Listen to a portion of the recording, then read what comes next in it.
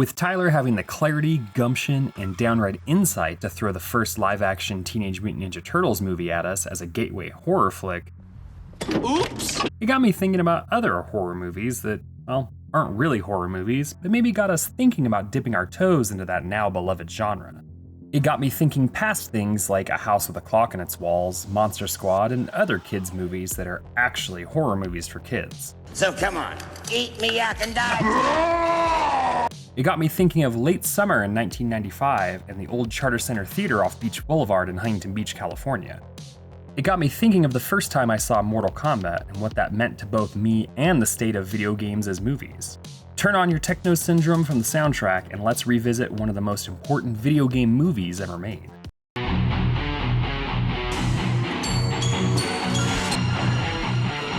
Nice hearing from you, Carlos. Look, the history of video game movies, both at the beginning of its run and currently, is spotty at best. You had bad then and you have bad now, and while you can get some more indie games being made into movies, or at least studios taking more chances with what IPs they decide to use now, back in the early 90s it was only the best of the best and the most popular that would get the movie treatment. We would start off with Mario Brothers and get a fever dream of a movie starring John Leguizamo, Bob Hoskins, and Dennis Hopper. The next movie may not seem like an obvious one, but Double Dragon was a big deal for the arcade and NES on the home market. The third movie would be Street Fighter, which revolutionized fighting games with its second entry. You'll have to do better than that. Okay. And finally, the fourth entry into the now long-running attempt to take what worked in the gaming sphere into motion pictures would be Mortal Kombat, and boy, is it hard not to scream that at the top of my lungs whenever I say it. Before we continue with our video, here's a reminder to click the Store tab on any of our JoBlo channels and browse our collection of the latest and freshest designs in our merch store. Go get you some. It is simply impossible to overstate just how important Mortal Kombat was. It took fighting games to a whole new level and, well, different level with its violence and blood, as well as going from animated characters to digitized ones. And yeah, we already had digitized actors with Pit Fighter, but I mean, come on. Street Fighter II blew our minds in 1991, and Mortal Kombat angered our parents the next year in '92. Mortal Monday on September 13th, 1993 was very much a big deal with the game coming to multiple home platforms at the same time. There were all kinds of print ads and one hell of a commercial to promote it, and sometimes I'll just watch it on YouTube to go back in time and be a kid again. I look at my own son, my middle one who just turned 10, and I look forward to showing him this cinematic marvel at the same age I got to experience it.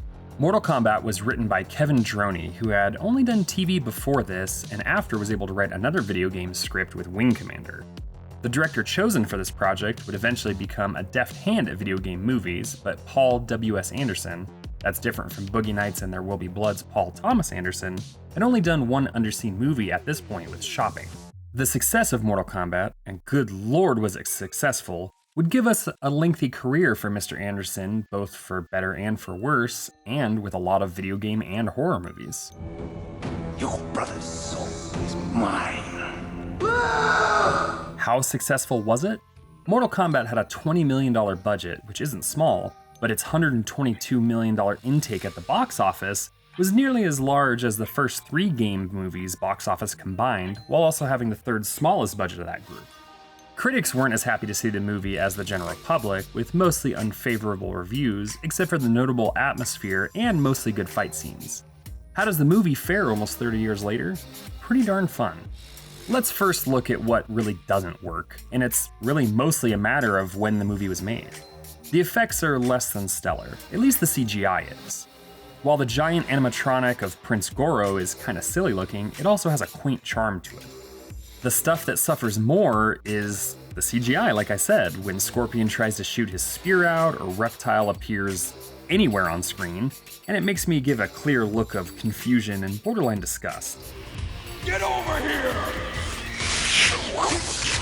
Again, mid-90s was not exactly known for CGI, and nearly every movie that includes it is problematic at best and atrocious at worst with its effects. Looking past that, some of the performances are on the weaker side too, and the script doesn't exactly lend itself to Oscar consideration, even if it isn't the worst thing we've ever heard of. Yeah, right. And let's be honest, Mortal Kombat and Oscars were never going to go together. While the performances might not all be lights out, the cast is a mixed bag of fun too. Trevor Goddard as Kano, Talisa Soto as Katana, and Bridget Wilson as Sonya all fill their characters with a fun exuberance that keeps you watching, but they're the weak points of it, sadly. Hello, baby. Did you miss me? Also, Katana, like Princess Katana from the second game? Yeah, the second game had come out during production, and they mixed some of that game into the movie, like Katana and Shao Kahn, who makes an awful appearance at the very end. Oh yeah, that makeup isn't doing any favors for the movie's special effects either. This was also the first time I saw Robin Shou in anything, but he embodies nearly everything we saw from Liu Kang in both the brief text backstory the game provides, as well as the moves his digital counterpart uses. While the video game one, Noises Included, is a bad Bruce Lee caricature, Shou gives him an emotional punch that makes rooting for him fun and helps make him the hero of the games going forward. As cool as Shou is here, and he would get some more fun roles in things like Beverly Hills Ninja and Death Race, go back and watch some of his non-US output, as it is definitely underrated. Nicely done, Joey. Cary Tagawa as Shang Tsung became so iconic that he would reprise the role in animated films and future games alike, and he can be seen in major roles on both the big and small screen. Your soul is mine. As good as those two are on the good guy, bad guy ends of the spectrum, the person I want to give the biggest shout out to is Lyndon Ashby, who plays Johnny Cage. Ashby probably isn't a name that jumps out to the front of your mind, but he's been around in multiple genres for what seems like forever. One of his earliest roles was in the TV series Werewolf, which I'm mentioning for that one commenter that always wants us to cover it in our horror TV series retrospective. But he was also in Melrose Place, Teen Wolf, and The Young and the Restless on the TV side. The movie side of things is less prolific, but he was in Wyatt Earp with Kevin Costner, and please go seek out Blast. It's his version of Die Hard and is, well, it's a blast. Ashby's version of Cage is so iconic that it's one of those roles that will always be hard to replace or replicate going forward. He's a prima donna actor that is actually good at fighting, but in need of proving it, which is why he joins the Mortal Kombat tournament in the first place. His character also has an honest-to-goodness arc where he volunteers to fight Goro and save his friends. He proves himself not only to the other heroes, but also his own heart and mind. He has some of the best lines and line deliveries in the movie, and a lot of his scenes are where the horror aspect of this gem lies. He has to fight Scorpion in Hell, and we see him do his iconic face and mask removal to reveal his skeleton head.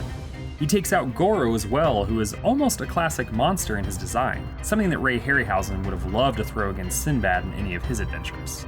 The final piece to the casting puzzle, which must be mentioned, is the strange bit of what would now be seen as whitewashing with the wonderful Christopher Lambert as God of Thunder Raiden. He straddles the line perfectly between silly bad and fun. The elements we've discussed here don't always make for good filmmaking, but it doesn't have to be both successful and fun. The fight scenes all mostly work, and while it has to make up its own story as it goes because the game didn't have more than a few blurbs here and there, it does a good job filling in the gaps. I was so hyped to watch this movie that when the film reel burned during the penultimate fight scene, I was literally in tears when they asked us to leave the theater. Tears! No! The coffee's burning my eye! They did end up fixing it and called us back in just in time to see Liu Kang knock Shang Tsung into a makeshift pit, one of the more iconic locales from the game, and all was right with the world.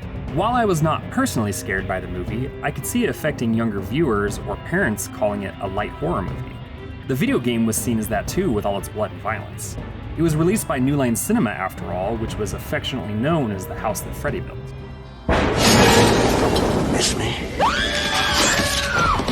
The scenes in Outworld, the previously mentioned Hell segment, the spooky boat ride to the tournament grounds, the fatalities, well, most of them, and both the nightmare sequences that Liu Kang has, mixed with Shao Kahn appearing at the end, all could have given anyone bad dreams.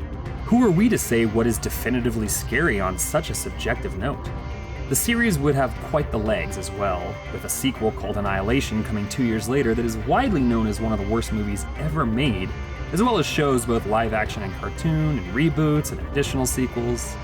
Now, none of these would have the same impact as the game series, which is still going strong 30 years later, but that original movie comes close to standing shoulder to shoulder with it, even getting some cameo callbacks in recent entries of the game series. Video games as movies is a big and lucrative business, as the $1 billion that the newest Mario movie taught us, and after Mortal Kombat 1, we would get other horror movie video game adaptations like the Resident Evil movies, Silent Hill, and even Five Nights at Freddy's adaptations to follow. but you never forget your first, and for many of us, Mortal Kombat was that first. It showed us that a video game adaptation could both make money and be pretty decent. It taught us that we didn't need a 100% faithful recreation of the video game to have a good time at the movies. Mortal Kombat fought round 1 so that all that came after could have a round 2.